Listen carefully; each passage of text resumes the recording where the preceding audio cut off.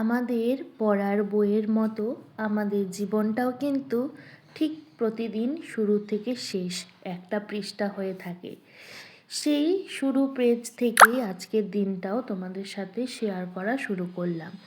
আজ যেহেতু বৃহস্পতিবার, ভিডিওটি বৃহস্পতিবারের করা, হয়তো ভিডিওটি আপলোড হতে হতে শুক্রবার কি শনিবার হয়ে যাবে।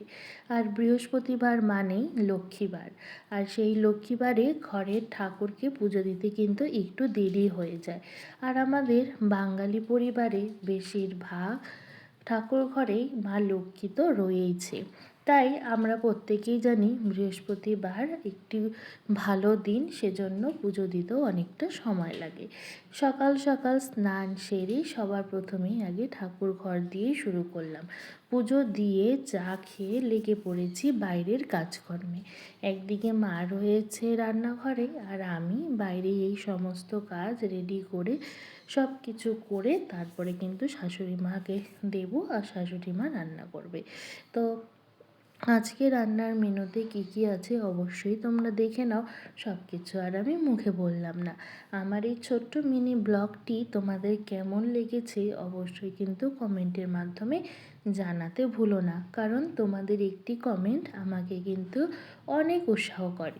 আর এই সঙ্গীতা সংসারের তোমাদের অন্য ভিডিওগুলো দেখে আসার অনুরোধ রইল আমার। এদিকে কাজকর্ম হয়ে যাওয়ার পর হাজবেন্ডের আসার সময় হয়ে গেছে, প্রায় ঘড়িতে বাজে 2টোর মতো। তাই ওর জন্য স্যালাড বানিয়ে রাখলাম, ও আসলে পরেই দিয়ে দেব। তবে জানো, বানানোর সাথে সাথেই কিছুক্ষণ পরেই ও চলে এসেছে।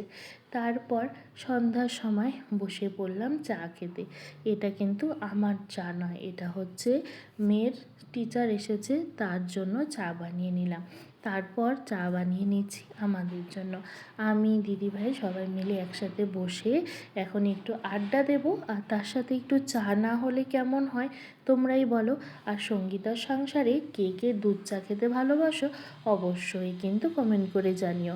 আমার নিজের পরিবারের সাথে সাথে তোমরা যারা আমার সাবস্ক্রাইব করেছো, তোমরাও কিন্তু আমার একটি পরিবার।